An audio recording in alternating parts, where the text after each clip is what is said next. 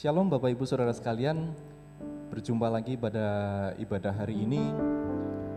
Hari ini kita akan menaikkan dan memuliakan nama Tuhan. Mari kita satu dalam doa. Tuhan, terima kasih Tuhan, kami masih diberi kesempatan Tuhan untuk berkumpul, menaikkan dan memuliakan nama-Mu Tuhan.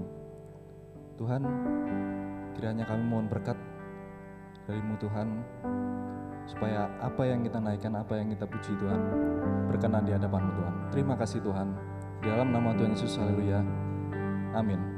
Mari Bapak Ibu Saudara sekalian, kita menaikkan dan memuliakan nama Tuhan.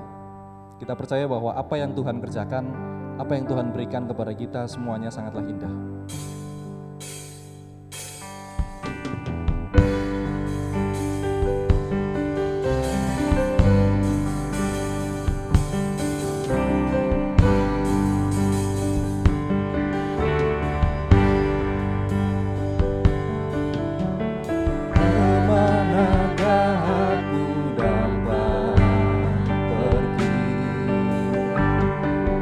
Jauhi rohmu yang suci, kau sahabat,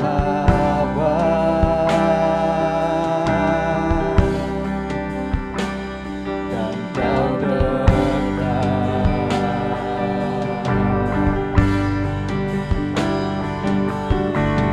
Bahkan seluruh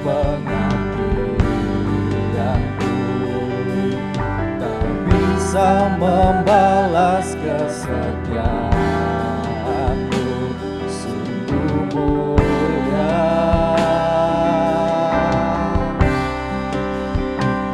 dan berharga.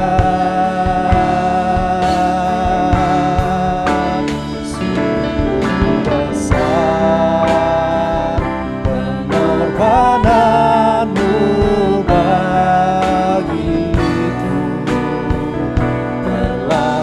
dalam untuk dimengerti. Sungguh besar,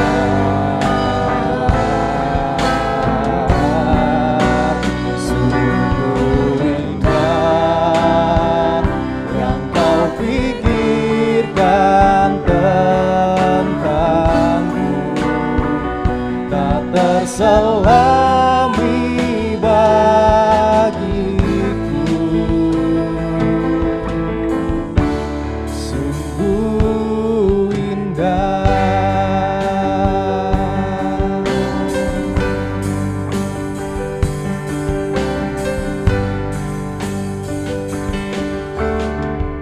Kemanakah aku dapat pergi, menjauhi rohmu yang suci, kau sahabat,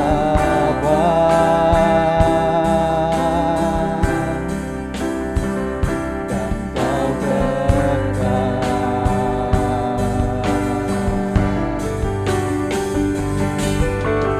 Bahkan seluruh penantianku tak bisa membalas kesetiaanmu, sungguh mulia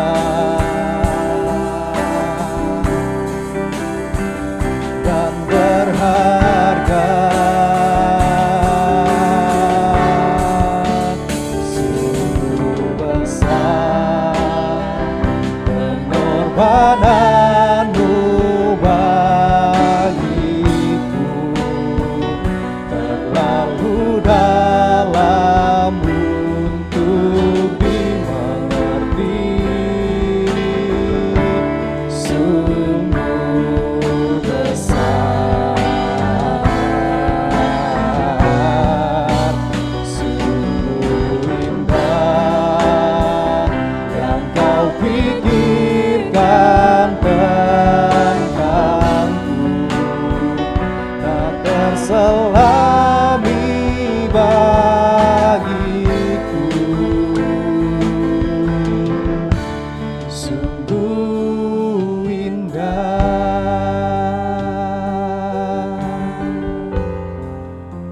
sungguh besar.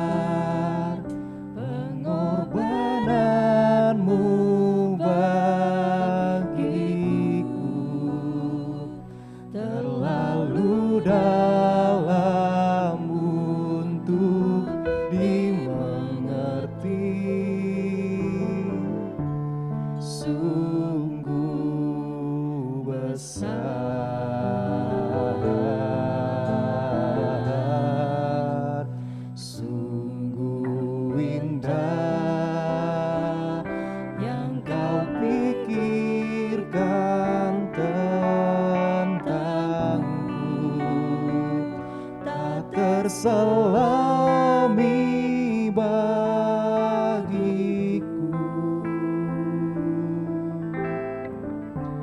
Sungguh indah,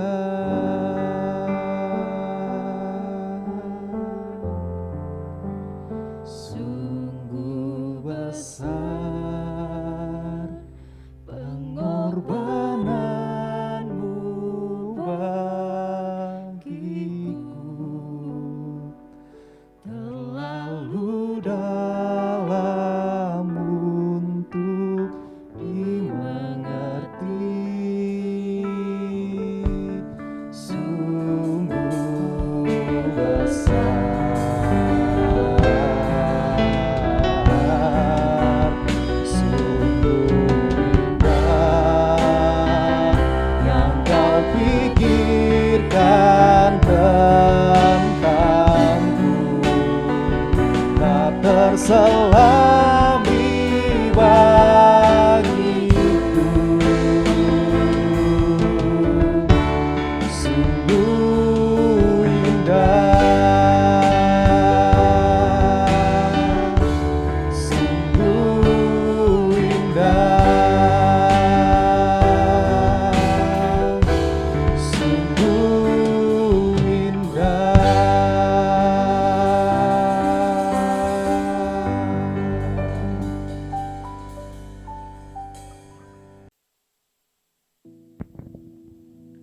Shalom, selamat sore semua dalam keadaan yang baik dan sehat, amin.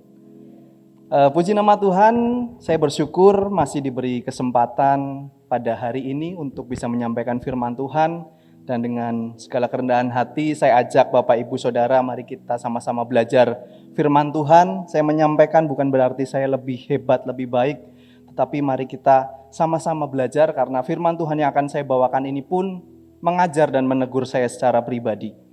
Nah, saya beri judul firman Tuhan pada sore hari ini, kasih sama dengan taat. Hanya dengan kita beribadah, baik secara online, secara offline, di rumah ataupun dimanapun, tidak serta-merta menjadikan kita sebagai pengikut Kristus. Saya ulangi, hanya dengan kita beribadah, bahkan dengan pelayanan sekalipun, tidak serta-merta menjadikan kita sebagai pengikut Kristus. Bagaimana kita bisa menjadi pengikut Kristus kalau kita tidak mengenalnya? Apa tandanya bahwa kita mengenal Allah? Kita akan baca di dalam 1 Yohanes 4 ayat 8. Firman Tuhan yang pertama. Saya akan bacakan untuk Bapak Ibu semua. Di sini dikatakan bahwa barang siapa tidak mengasihi, ia tidak mengenal Allah. Sebab Allah adalah kasih. Jadi hanya dengan kita datang ke gereja, beribadah, bahkan pelayanan, tidak serta-merta menjadikan kita pengikut Kristus. Dan bagaimana kita menjadi pengikut Kristus apabila kita tidak mengenal Allah? Dan tanda atau ciri daripada orang yang mengenal Allah adalah mengasihi. Tentunya mengasihi Tuhan Allah kita. Karena suatu hari Tuhan Yesus ditanya oleh seseorang, "Guru, hukum manakah yang terutama dari kitab Taurat dan hukum para nabi, kitab para nabi?" Lalu Tuhan Yesus menjawab di dalam Matius pasal 22 ayat 37 sampai 40, dia katakan, "Kasihilah Tuhan Allahmu dengan segenap hatimu dan dengan segenap jiwamu dan dengan segenap akal budimu." Itulah hukum yang terutama dan yang pertama. Kemudian Tuhan Yesus katakan, dan hukum yang kedua yang sama dengan itu ialah kasihilah sesamamu manusia seperti dirimu sendiri. Pada kedua hukum inilah tergantung seluruh hukum Taurat dan kitab para nabi. Kita tahu ayat ini dan kita sering belajar, kita sering membaca tentang ayat ini. Yang terutama adalah kita mesti mengasihi Tuhan Allah kita dengan segenap hati, segenap jiwa, segenap akal budi kita. Tapi sekarang pertanyaannya adalah, apa tanda seseorang mengasihi Allah? Mari kita sama-sama berpikir kira-kira apa tandanya seseorang itu mencintai Tuhan, mengasihi Allah. Karena secara perasaan kita pasti punya perasaan yang berbeda-beda. Apakah orang yang mengasihi Tuhan Allah adalah orang yang datang ke gereja, ketika menaikkan pujian, gitarnya baru jreng gitu ya, air matanya udah keluar, basah kuyup gitu. Atau ketika menaikkan puji-pujian yang angkat tangannya paling tinggi, itu orang yang mengasihi Allah. Lalu bagaimana dengan kita yang mungkin biasa-biasa saja ekspresinya? Tidak angkat tangan, tidak nangis, apakah kita tidak mengasihi Allah? Mudah bagi seseorang yang habis ditolong Tuhan mungkin. Dalam hidupnya ada masalah yang lumayan berat, kemudian ditolong Tuhan, dan dari situ dia merasakan kasih atau cinta kepada Tuhan yang meluap-luap. Tapi bagaimana dengan orang yang sedang mengalami masalah, sedang ada di tengah-tengah pergumulan, sedang merasakan tantangan hidup yang berat, yang susah untuk punya perasaan yang meluap-luap. Perasaan kita bisa naik turun, Bapak Ibu. Lalu apa tandanya orang yang mengasihi Allah? Sama seperti pernikahan. Orang yang baru menikah, konon katanya, karena saya belum pernah menikah ya Bapak Ibu. 2 minggu lagi, puji Tuhan gitu ya, akhirnya saya akan menikah. Katanya 2-3 tahun pertama meluap-luap, menggebu-gebu cintanya. Tetapi lewat 2 tahun, lewat 3 tahun sudah biasa. Seperti sama teman. Karena memang teman hidup, partner. Sudah nggak meluap-luap seperti dulu, sudah nggak menggebu-gebu cintanya. Tapi pertanyaannya, apakah yang menggebu-gebu cintanya lebih besar daripada yang sudah 15-20 tahun menikah? Belum tentu. Karena buktinya orang yang menunjukkan cinta yang menggebu-gebu nggak lama kemudian berpisah, gagal. Mungkin cintanya lebih besar orang yang sudah belasan tahun, puluhan tahun menikah. Walaupun tidak menunjukkan ekspresi yang seperti orang yang awal-awal menikah. Nah, kita akan belajar pada sore hari ini apa tandanya seseorang mengasihi Allah. Kita akan baca di dalam Yohanes 14 ayat yang ke-21. Dan saya undang Bapak Ibu kita baca bersama, tetap duduk saja nggak apa-apa. Ini adalah ayat pegangan kita pada sore hari ini. Yohanes 14 ayat 21. Kita akan baca bersama ya Bapak Ibu. Yohanes pasal 14 ayat 21, demikian bunyi firman Tuhan. Barang siapa memegang perintahku dan melakukannya, dialah yang mengasihi aku. Dan barang siapa mengasihi aku, ia akan dikasihi oleh Bapakku, dan aku pun akan mengasihi dia dan akan menyatakan diriku kepadanya. Amin. Jadi ini Bapak Ibu. Saya ulangi, barang siapa memegang perintahku, kata Tuhan, dan melakukannya, dialah yang mengasihi aku. Jadi bukan orang yang terlihat sangat rohani di gereja, atau pada saat menaikkan pujian penyembahan sangat rohani, tetapi justru orang yang memegang perintah Tuhan dan melakukannya. Oleh sebab itu pada sore hari ini saya beri judul kasih sama dengan taat. Di dalam Yohanes 14 ayat 15 dikatakan, jikalau kamu mengasihi aku, kata Tuhan, kamu akan menuruti segala perintahku. Jadi ciri daripada orang yang mengasihi Tuhan adalah bukan orang yang pilih-pilih. Oh yang ini enak, aku jalanin perintah ini. Oh yang ini gak enak, gak usah yang ini. Tapi Tuhan katakan, jikalau kamu mengasihi aku, kamu akan menuruti segala perintahku. Bukan yang teriak haleluya paling kencang, tapi Tuhan katakan yang menuruti segala perintah Tuhan. Nah kita tahu di dalam Yohanes 3 ayat 16 dikatakan bahwa karena begitu besar kasih Allah akan dunia ini sehingga ia mengaruniakan anaknya yang tunggal. Sehingga kita tidak binasa, melainkan beroleh hidup yang kekal. Kasih Tuhan kepada kita atau bahasa kasih Tuhan kepada kita adalah memberi. Mengaruniakan, memberi.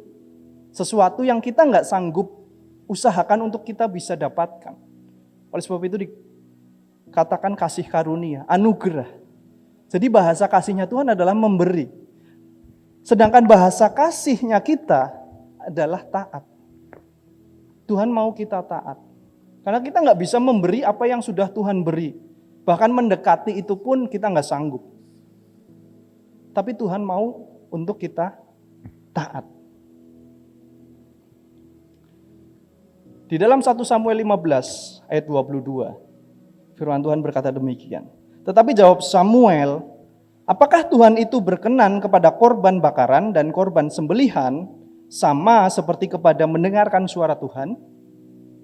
Sesungguhnya mendengarkan lebih baik daripada korban sembelihan, memperhatikan lebih baik daripada lemak domba-domba jantan. Saya akan bacakan di dalam terjemahan bahasa Indonesia sehari-hari Bapak Ibu. Jadi suatu hari Samuel berkata atau bertanya, mengungkapkan, melemparkan sebuah pertanyaan. Manakah yang lebih disukai Tuhan, ketaatan atau kurban persembahan? Dia beri pilihan. Kira-kira Tuhan lebih suka yang mana? Orang yang taat atau orang yang memberi korban persembahan? Dia tidak sedang mencari jawab, tetapi dia sedang ingin memberitahu karena dia sudah tahu jawabannya, dia langsung jawab. Taat kepada Tuhan lebih baik daripada mempersembahkan kurban. Patuh lebih baik daripada lemak domba. Kita bisa memberi, kita bisa berkorban, kita bisa memberikan persembahan tanpa ketaatan. Tapi dengan ketaatan kita tidak bisa tidak memberi persembahan. Kalau kita taat, otomatis kita akan memberi. Tetapi kita bisa memberi hanya karena terpaksa. Hanya karena supaya dilihat orang, bukan karena taat. Dan ketaatan sudah Tuhan minta sejak Tuhan menciptakan manusia yang pertama. Di dalam Kejadian 2 ayat 16 dan 17, firman Tuhan berkata demikian kepada Adam. Lalu Tuhan Allah memberi perintah ini kepada manusia. Semua pohon dalam taman ini boleh kau makan buahnya dengan bebas. Perhatikan, semuanya boleh. Kasih Tuhan adalah memberi. Dia ciptakan taman yang indah, yang sempurna, di mana di situ manusia pertama diletakkan. Dan Tuhan katakan semua pohon boleh kau makan. Tuhan memberi.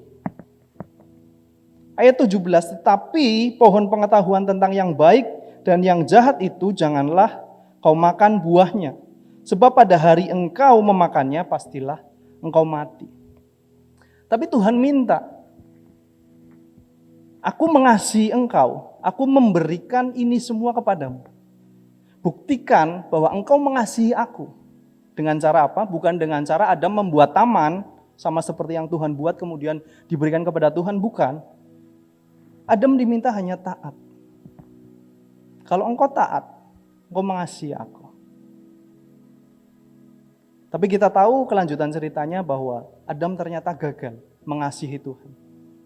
Adam gagal mentaati apa yang Tuhan mau. Seseorang atau kita baru dikatakan taat ketika kita punya pilihan untuk tidak taat. Kita baru bisa dikatakan bahwa kita taat ketika kita ada di situasi di mana kita bisa memilih untuk tidak taat. Tetapi kita tetap memilih taat. Oleh sebab itu, ketaatan adalah kesanggupan kita untuk tetap memilih yang benar di saat pilihan yang salah sangatlah menarik dan sangat terbuka kesempatan untuk kita memilihnya. Ketika kita nggak punya pilihan untuk tidak taat, kita tidak bisa dikatakan taat. Taat baru ada nilainya ketika kita punya pilihan untuk tidak taat. Sama seperti misalkan ada seorang bapak yang punya anak kecil. Dia tahu anak ini sedang agak kurang sehat. Dan anak ini sangat ingin atau sangat suka es krim misalnya, dan di kulkas dia tahu, anak ini juga tahu bahwa ada es krim di kulkas. Dan anak kecil ini bisa mengaksesnya. Kemudian si bapak ini bilang, "Nak, kamu jangan makan es krim dulu." Kemudian bapak ini pergi. Dan ketika bapak ini pulang, betul anak ini nggak makan es krim. Padahal dia punya kesempatan, dia bisa mengakses es krim tersebut. Dan dia bisa memakannya tanpa diketahui bapaknya karena bapaknya pergi. Taat baru bisa disebut taat ketika dia punya pilihan untuk tidak taat. Dan anak kecil ini punya nilai ketaatan karena dia punya kesempatan untuk nggak taat. Sama seperti ketika kita misalnya puasa. Kalau kita puasa, kemudian kita singkirkan semua makanan gitu ya. Nggak boleh ada makanan di sekitar kita, nggak boleh ada orang makan yang di sekitar kita. Bahkan warung-warung dipaksa tutup misalnya. Kita berpuasa. Memang kita berpuasa karena nggak ada yang bisa dimakan. Tetapi ketika kita berpuasa dan orang di sekitar kita, kita persilakan makan nggak apa-apa. Ditaruh makanan di meja makan nggak masalah. Itu baru ada nilai ketaatan di situ. Ketika kita punya kesempatan untuk memilih hal yang lain dan kesempatan itu terbuka, disitulah nilai ketaatan itu ada. Nah, akibat dari ketidaktaatan yang pertama adalah kematian.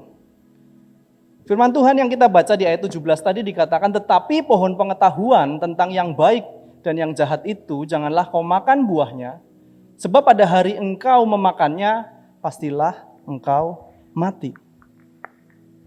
Kita nggak tahu Adam sudah hidup berapa lama sejak dia diciptakan sampai dia tidak taat kepada perintah Tuhan. Tetapi pada saat Adam melanggar perintah Tuhan, dia nggak langsung mati secara jasmani. Tapi dia mati secara rohani. Hubungan dengan Allah mati, kreativitasnya mati. Bahkan pada akhirnya jasmaninya, fisiknya pun mati. Saya kasih contoh, misalkan ini adalah tanaman hidup ya Bapak Ibu. Bayangkan ini adalah tanaman hidup. Kemudian saya izin ya, saya cabut gitu ya. Susah ternyata. Saya cabut satu gitu ya. Nanti dipasang lagi habis ini. Tanaman ini nggak langsung mati Bapak Ibu. Betul? Butuh waktu untuk dia sampai akhirnya benar-benar layu, kering, mati dan punah. Tapi pada saat ini dicabut dari sumber kehidupannya, maka kematian sudah menguasai tanaman ini. Begitu juga dengan hidup kita Bapak Ibu. Ketika kita nggak taat sama Tuhan, nggak langsung Tuhan hukum kita mati, kita masuk neraka. Tetapi kematian itu akibat dosa sudah menguasai area kehidupan kita. Tergantung di mana kita nggak taat. Apakah di dalam keuangan kita nggak taat sama Tuhan? Maka kematian sudah masuk di situ. Apakah di dalam hubungan kita, hubungan pernikahan kita, relationship kita sudah nggak taat, maka di situ kematian sudah masuk. Apakah di dalam pekerjaan kita, bisnis kita, pelayanan kita nggak taat, maka kematian sudah menguasai. Jadi akibat tidak taat adalah kematian. Yang kedua akibat tidak taat adalah ketidakpercayaan. Kita baca Kejadian pasal 3 ayat 22. Ini adalah kisah selanjutnya setelah Adam melanggar perintah Tuhan. Ayat yang ke-22, berfirmanlah Tuhan Allah, sesungguhnya manusia itu telah menjadi seperti salah satu dari kita, tahu tentang yang baik dan yang jahat. Maka sekarang jangan sampai ia mengulurkan tangannya dan mengambil pula dari buah pohon kehidupan itu dan memakannya, sehingga ia hidup untuk selama-lamanya. Lalu Tuhan Allah mengusir dia dari Taman Eden supaya ia mengusahakan tanah dari mana ia ambil. Ia menghalau manusia itu dan di sebelah timur Taman Eden ditempatkannya lah beberapa kerub dengan pedang yang bernyala-nyala dan menyambar-nyambar untuk menjaga jalan ke pohon kehidupan. Perhatikan Bapak Ibu. Akibat ketidaktaatan adalah ketidakpercayaan Tuhan kepada kita. Adam tidak hanya tidak boleh mengakses buah pengetahuan baik dan jahat, tetapi Adam dilarang mengakses seluruh apa yang tadinya Tuhan beri. Tuhan berikan semua boleh dimakan. Betul tadi kita baca ya. Tapi karena dia melanggar perintah Tuhan, artinya dia tidak taat, maka semua akses itu dicabut. Bahkan Adam diusir, nggak hanya diusir, bahkan Tuhan taruh penjaga, sehingga Adam nggak bisa lagi mengakses berkat-berkat Tuhan. Kalau cerita bapak dan anak tadi, misalkan bapaknya pulang kemudian menemukan si anak ternyata melanggar apa yang dikatakan bapaknya, dia tetap makan es krim, maka kira-kira apa yang akan dilakukan bapaknya? Sebagai para orang tua di sini pasti tahu, ketika anak bapak ibu saudara melanggar apa yang bapak ibu katakan, maka sebisa mungkin akses menuju hal yang dilarang itu dibatasi, betul? Entah es krimnya diumpetin, entah pintu dapurnya dikunci dan lain sebagainya, supaya si anak ini nggak bisa lagi mengakses. Jadi perhatikan, mungkin sepele kita melanggar sesuatu, kita nggak taat terhadap sesuatu, tapi akibatnya adalah kita nggak bisa lagi mengakses berkat-berkat yang sebenarnya Tuhan sudah sediakan. Nah, pertanyaan besar pada sore hari ini adalah, kira-kira Bapak Ibu, apakah taat kepada perintah Allah itu berat?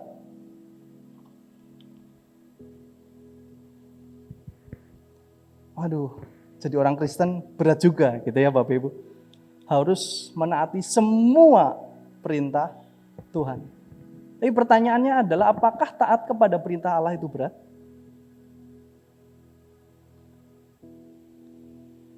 Pikiran saya juga cukup diubahkan ketika saya mempersiapkan firman Tuhan ini. Di dalam 1 Yohanes 5 ayat 3 dikatakan, sebab inilah kasih kepada Allah, yaitu bahwa kita menuruti perintah-perintahnya. Perhatikan yang warna kuning, perintah-perintahnya itu tidak berat. Coba dicek Alkitab Bapak Ibu, apa mungkin beda sama Alkitab saya? Karena di sini dikatakan bahwa perintah-perintahnya itu tidak berat. Mungkin ini cukup mengganggu pikiran Bapak Ibu Saudara. Karena ini berbeda dengan apa yang kita pikirkan selama ini, bahwa mengikuti Tuhan, mengikuti perintah Tuhan itu berat. Itu susah. Seringkali pikiran kita itu salah. Pikiran kita seringkali salah. Oleh sebab itu kita perlu terus mengisi pikiran kita dengan kebenaran firman Tuhan. Karena ada banyak hal yang salah yang ada di dalam pikiran kita. Hanya dengan banyak orang mengatakan hal itu benar, belum tentu itu benar. Hanya dengan semua orang mengatakan itu A, belum tentu itu A. Sekarang misalkan, saya kasih contoh, misalkan warna dari kain ini Bapak Ibu, kain penutup keyboard ini. Warnanya apa Bapak Ibu? Merah. Setuju ya, semua ya? Merah. Tapi coba misalkan Dani gitu ya, di sini sendirian. Kemudian dia bingung ini warnanya apa. Kemudian ada orang datang, dia tanya, ini warnanya apa? Oh ini hitam. Kemudian ada orang kedua masuk, ini warnanya apa ya? Ini hitam. Kemudian orang terus masuk mengatakan ini hitam, ini hitam. Sampai orang ke-100 masuk, iya ini benar hitam. Kira-kira Dani yang tadinya mikir bahwa warnanya ini merah, mulai terganggu gak pikirannya?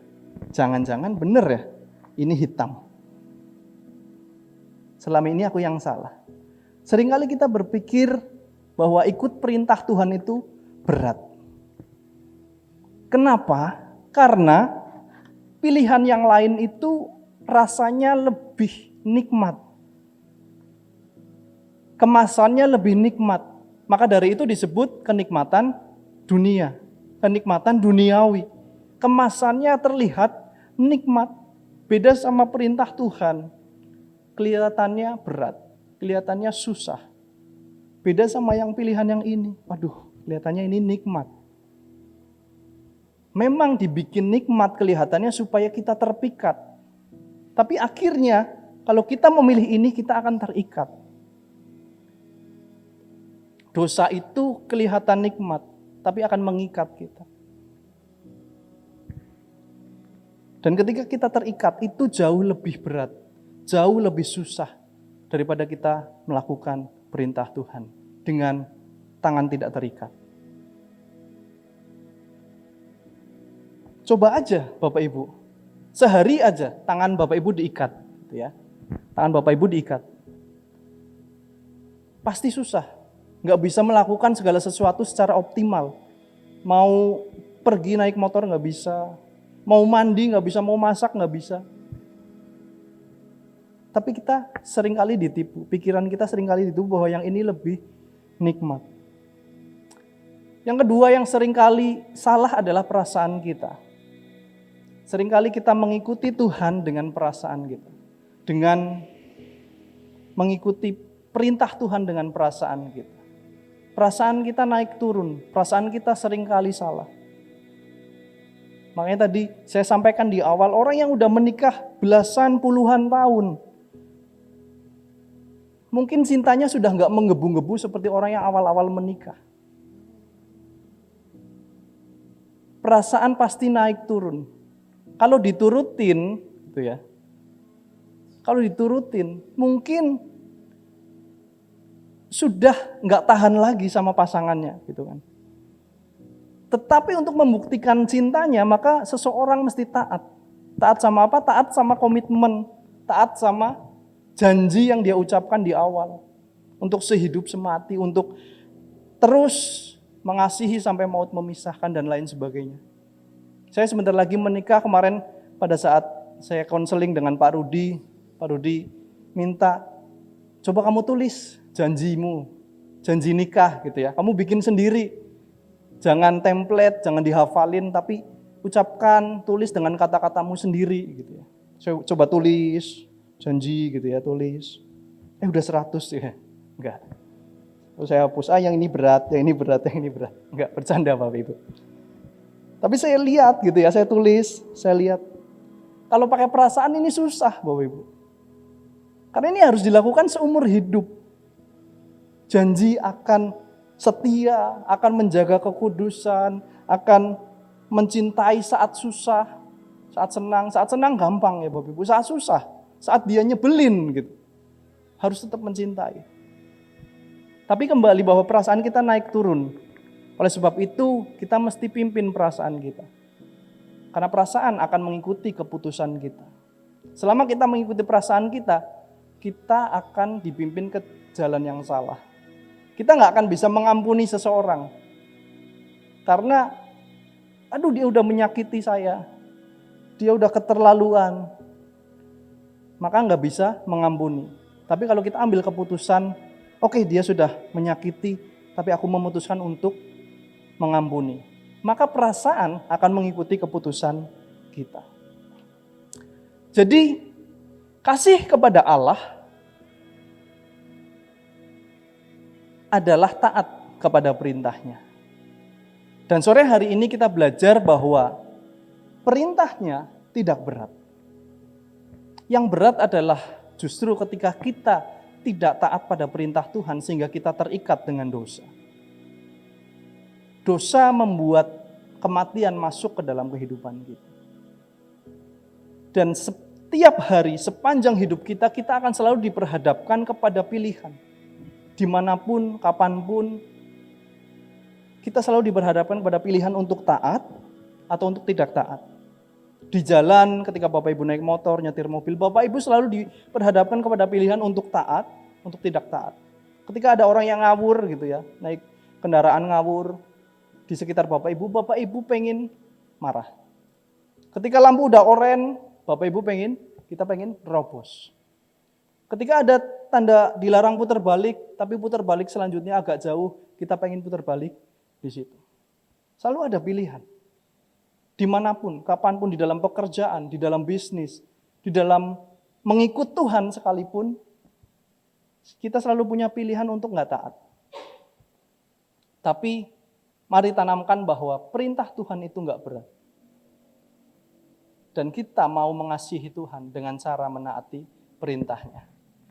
Jadi kalau di Matius 22 ayat 37 dikatakan bahwa Kasihilah Tuhan Allahmu dengan segenap hatimu, dengan segenap jiwamu, dan dengan segenap akal budimu. Kemudian di dalam 1 Yohanes 5 ayat 3 dikatakan, sebab inilah kasih kepada Allah, yaitu bahwa kita menuruti perintah-perintahnya. Perintah-perintahnya itu tidak berat. Kalau kedua ayat ini boleh saya gabung jadi satu paragraf, maka kira-kira akan berkata seperti ini. Taatilah perintah Tuhan Allahmu dengan segenap hatimu, dan dengan segenap jiwamu, dan dengan segenap akal budimu. Perintah-perintahnya itu tidak berat. Amin. Tuhan Yesus memberkati.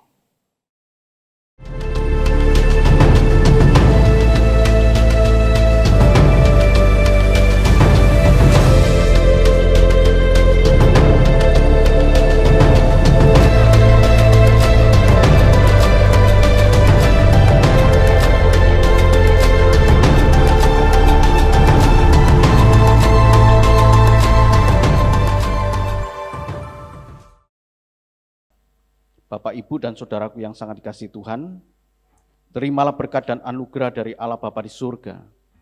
Kasih dan cinta Tuhan kita Yesus Kristus, anaknya yang tunggal, dan persekutuan yang begitu besar, yang mengasihi kita dengan kuasa Roh Kudus, dialah yang menghibur kita, yang memberikan kekuatan kepada kita.